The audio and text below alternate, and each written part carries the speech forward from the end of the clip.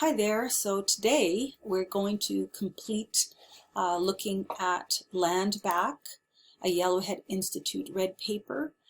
I am hopeful that you're going to get as much out of it as I did, looking at the paper and really struggling in many ways to come to terms with a lot of the issues that are brought up in the actual reading. I'm just trying to make sure that I'm sharing my screen here. Sorry, it's just yeah, I think I'm showing my screen. Sorry, I'm switching to Screencast-O-Matic, and I'm hoping that you guys can see my screen. I think you can.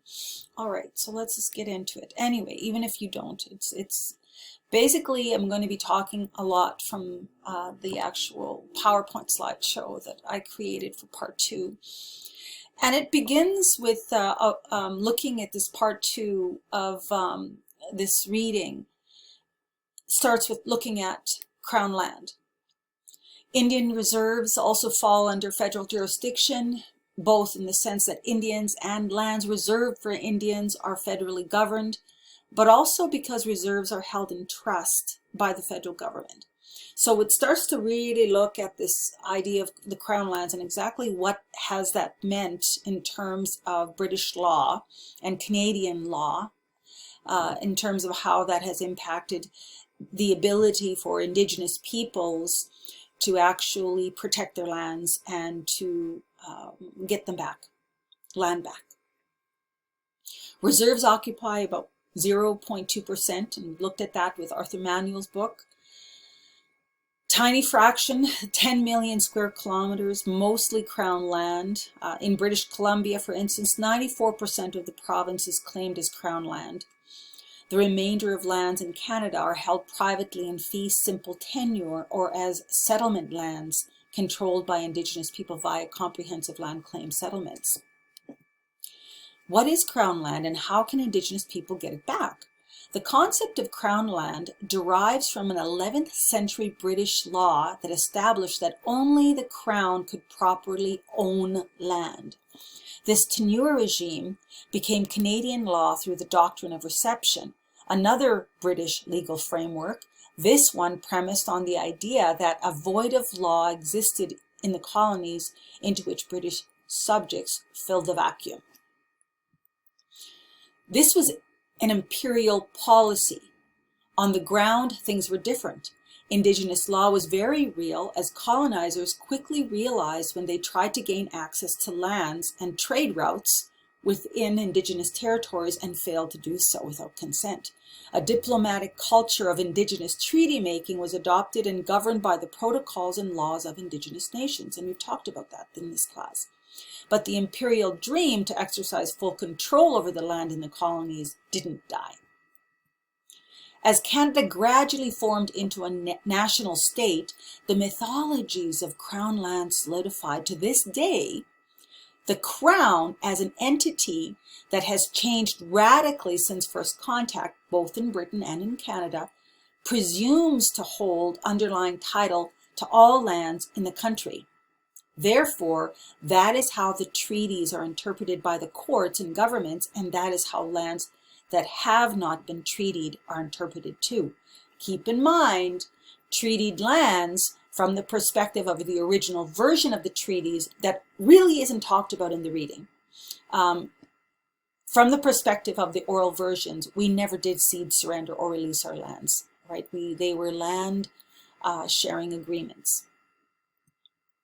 The doctrine of discovery is fundamental to the existence of Crown land in Canada, and Crown lands stand as a foundational roadblock to the possibility of land restitution, getting the land back. Even where Indigenous nations have proven in court the continuity of their occupation, such as in BC, right? No treaties there. Even if you believe there were land cessation or surrender agreements, and they can prove that they've been there forever. Unceded title from pre-contact to the present. According to Canadian law, there is no legal pathway to resume full jurisdiction and governance authority over Indigenous lands. This amounts to a fiduciary duty effectively this trust-like relationship owed to First Nations, but also a right to encroach on this Indigenous land if the government can pass infringement tests according to Section 35 of the Constitution of 1982. And we've looked at this before in other lectures. Nearly every major study addressing abolition of the colonial relationship in Canada advocates for what? Compensation or reparation in the form of land redistribution. That's a given, but it's not happening. That is because in order to more fully regain and exercise self-determination, generally, Indigenous people require significant economic bases and sources of revenue to pull out of generations of systemic impoverishment. This is also a matter of economic justice. This is the authors talk about in the reading. Crown lands have long catalyzed the economic growth for this country, and that is something that this reading really highlights, and that's why I think it's so important for you as my students to become familiar with this whole background that's covered in this issue. The stakes of land alienation are high. Settler states, industry, citizens, all of them have benefited from this. And that is the basis of the Canadian economy today. And it goes back to this Crown lands. Canada leads in mining extraction globally. I think about 80%, if I remember correctly, the last tally I did, and the research I did, about 80%, most of the global mining companies are Canadian. It's crazy. And we've got the most lax controls and laws that really, it enables mining companies to go across the world and extract from Indigenous lands. So Canada leads in mining extraction globally, producing over 60 minerals and metals with a total domestic exports valued at $81.4 billion a year. This amounts to over 20% of total national exports. The forestry sector generates $24.6 billion to Canada's GDP in a single year, $24.2 billion to Canada's trade balance, and 186,838 jobs in 2017, not counting all the secondary industries that can lag behind that and that are connected to it, whether in contracts or whatever. Fossil fuel production is high, comprised by crude oil 41.4%, natural gas 36.5%, and coal 9.2%, whereby far the largest supply of crude comes from Alberta, the Alberta tar sands. Pulp and paper in 2010 pumped $9.8 billion in exports from newsprint and wood pulp into the Canadian economy. Canada consistently ranks near the top of global newsprint and wood pulp. It's not only the land that is being exploited. Natural resource sectors were responsible for around 84% of total water consumption in Canada in 2005. While vast areas of Crown land depicted on most maps convey empty and unoccupied space, save for some Indian reserves, small settlements and urban populations strung out along the southern US-Canada border map extractive industries offers a much more revealing depiction of the scale of contemporary resource development, land alienation, denial of Aboriginal rights, and erasure of Indigenous law. Mining claims alone darken Crown lands. Encumbrances in all these Crown land areas that are across Canada today. Fencing off and fragmenting Indigenous territories into little islands of extraction and development. This state industry complex that motivates land alienation is a major economic driver of the Canadian economy. It is the basis of the settlement in the country and a central organizing force of capitalism. It is also, in many cases, the major destructive force of Indigenous economies and communities. Land alienation must also be understood through gender dynamics, and I brought that up in the first part of this series, which are instrumental to how land loss and dispossession, to how land is actually, that happens, that dispossession process, and how it unfolds and how it impacts people's lives. They are also critical to the ways in which the right to consent is denied to Indigenous peoples. It's a very, very masculine worldview. Through colonial processes and often learned patriarchy, Indigenous men have been vaulted into positions of authority. The Indian Act for many years only allowed men to be elected and run in elections. The Indian Act and council system and larger aggregate groups such as tribal councils, provincial territorial organizations, and national organizations have historically and continue to be dominated by men. The harms of colonization, dispossession, residential schools, and other forms of oppression affected men as well, but they have also helped produce and reinforce particular forms of Indigenous masculinity in the model of white patriarchy, which promotes and embraces men in a role of power and domination. Women, queer, transgender, gender diverse, and two-spirit people have never been the beneficiaries of these new distributions of power through colonization. Other reports, while they show that health statistics alone do not tell the story of how extractive industry fueled by corporate and government greed furthers colonial and patriarchal systems by eroding traditional and Indigenous governance systems and the role of women in these communities.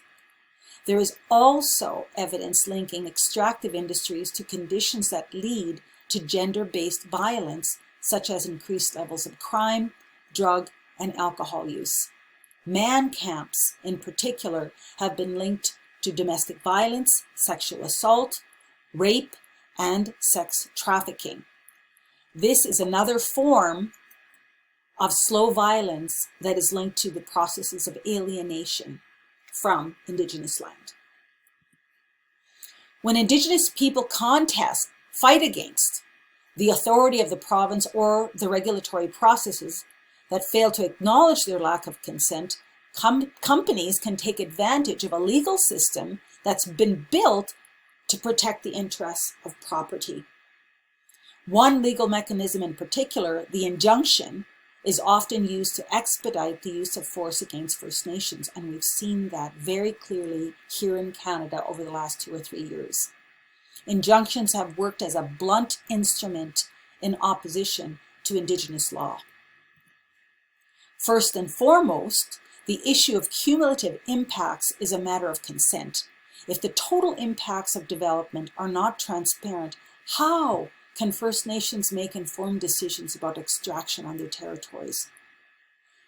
So what did they do? Yellowhead Institute, well, they did a Minesweeper map, an intervention that seeks to politicize this problem while First Nations receive consultation letters on block-by-block numbered plots of land for extractive projects.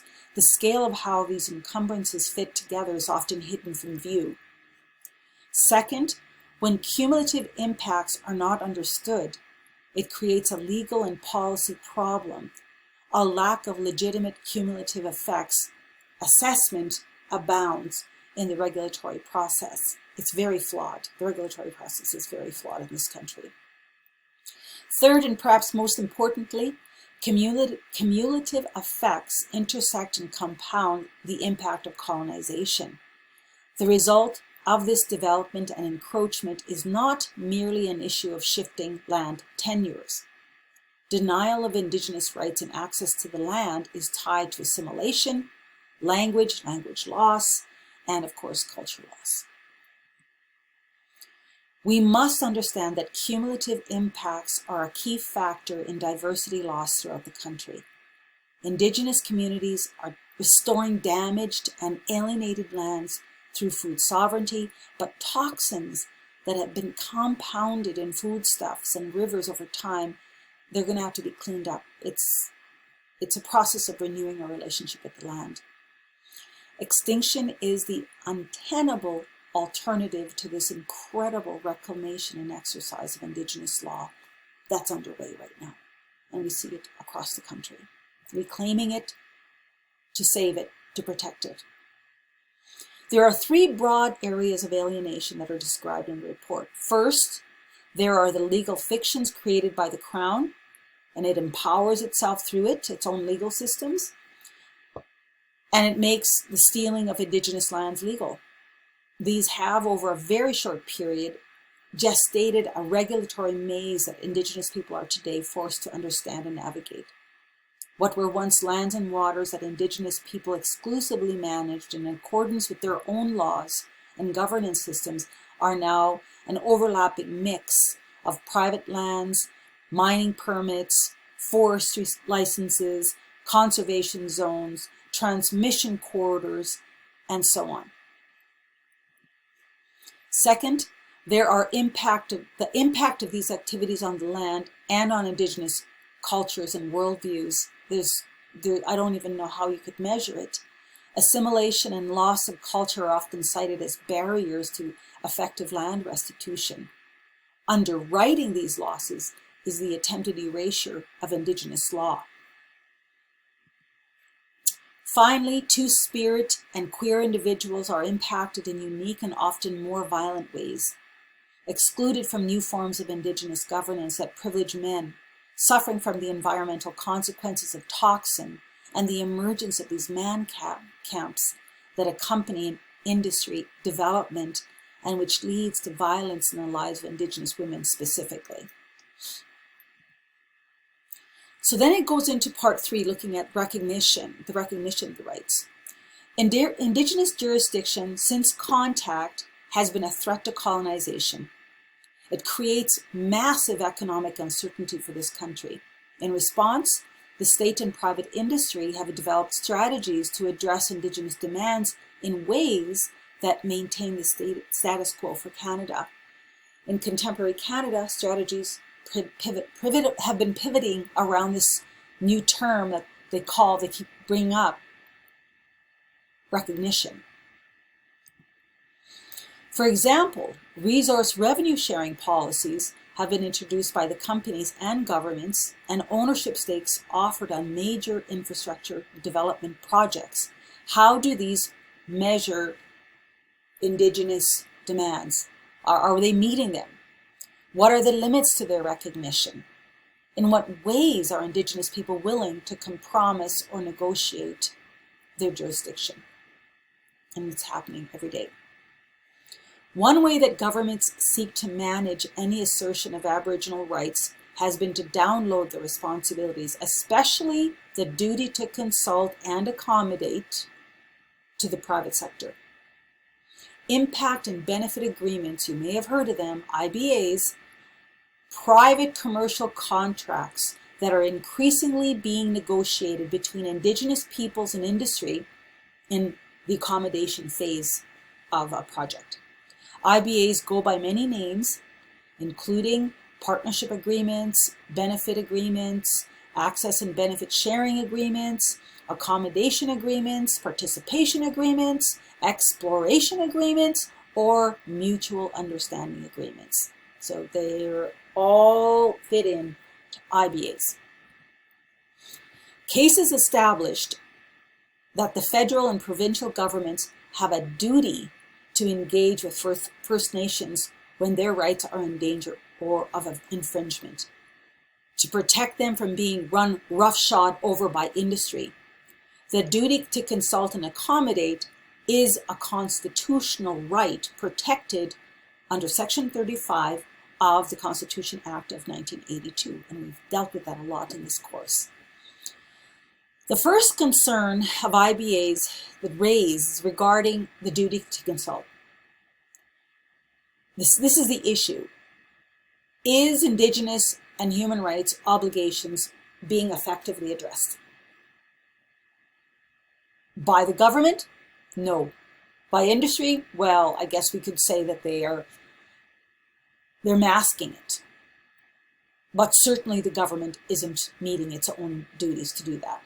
Their Therefore, the Government of Canada, provinces, and territories should be committing to implementing higher standards in industry instead of offloading these international legal obligations.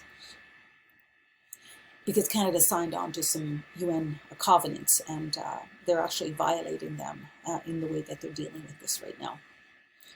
IBAs represent the recognition of Aboriginal rights. Insofar as these agreements were compelled by court precedents, this is how it's being translated now into case law. Aboriginal rights in Canadian law do not give Indigenous peoples rights, they merely recognize Crown obligations.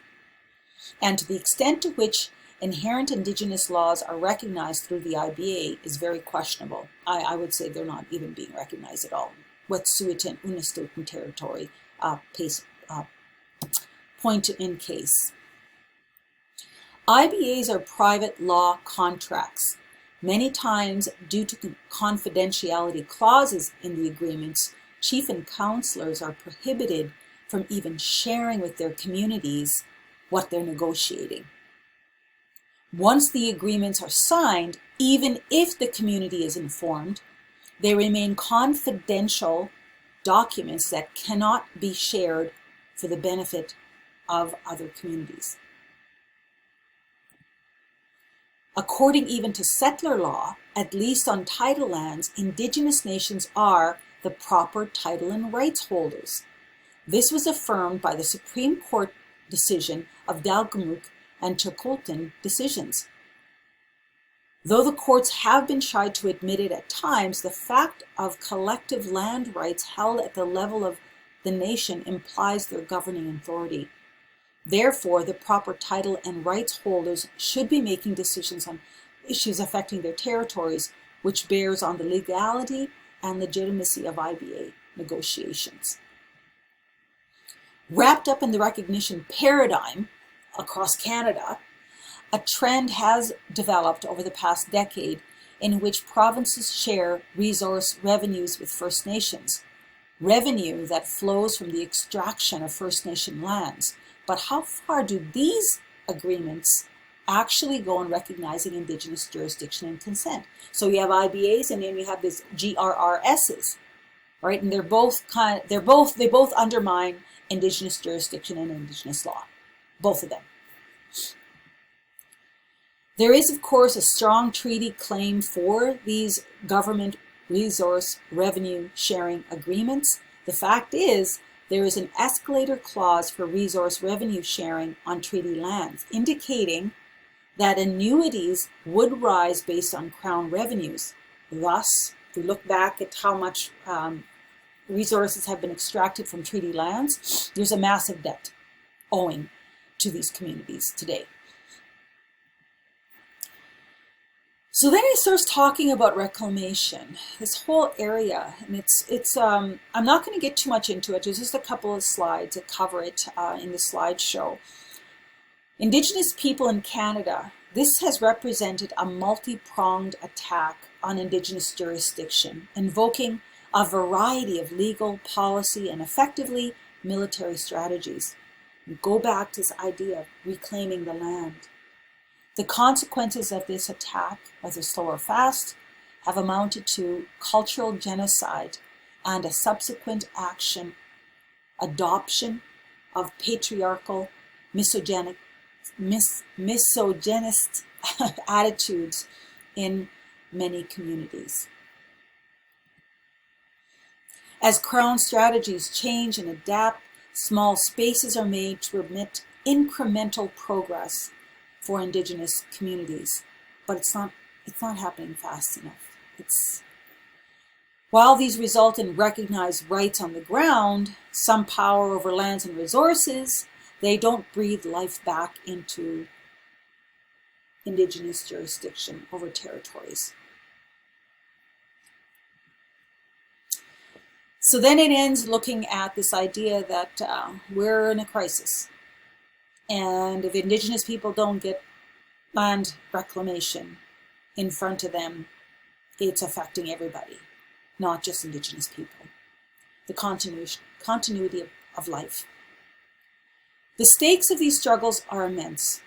Of course, while Indigenous land and life are the focus here, the life of our species and of the planet are at risk from the type of economic philosophy and practices perpetuated by colonialism and settler colonialism.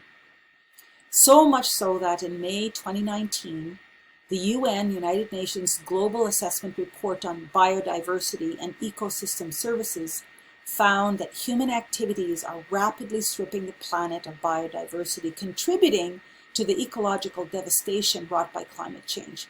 1 million species are at risk of extinction. The ability to maintain traditional caretaking practices while simultaneously adapting to changing global landscapes and social conditions has also made practices dynamic and largely sustainable over generations. This is what we need to continue to remind ourselves of. Going back to Indigenous law, Indigenous practices are what we need in order to reestablish something beyond this devastation period that we see ourselves locked into right now. The matter of land back is not merely a matter of justice, rights, or reconciliation. Indigenous jurisdiction can indeed help mitigate the loss of biodiversity, and climate crisis. In the Canadian context, the practices and philosophies profiled here as case studies contain answers to global questions Canada and states generally must listen. And I'm not going to get into the case studies. I'll leave that to you for interest if you want to look at them.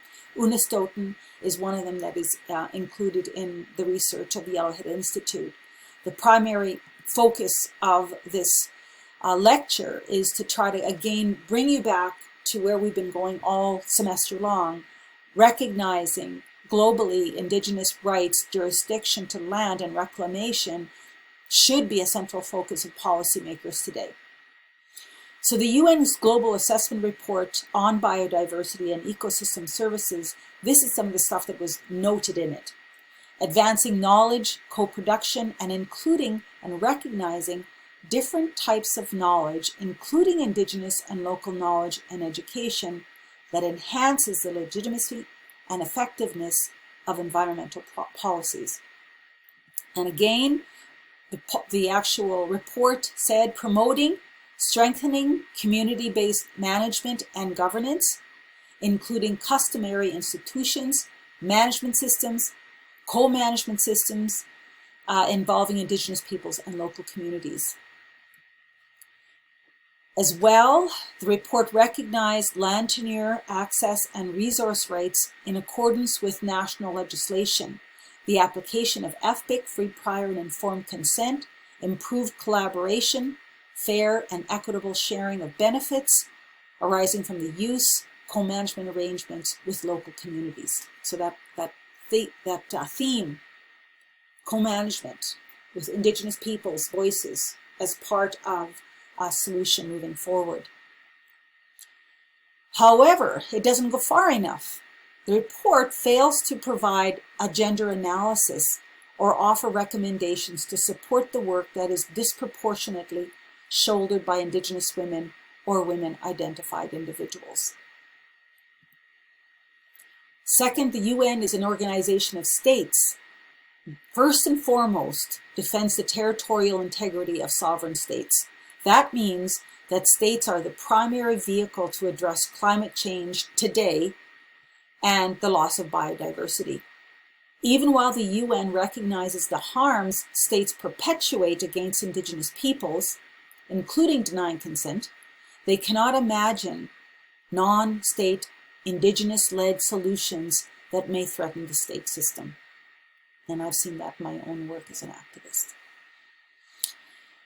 It's important to conclude this red paper, authors end the report now, reflecting on the enormity and severity of the challenges we face, but also to consider some of the case studies included in this report as gestures towards a future rooted in justice and consent.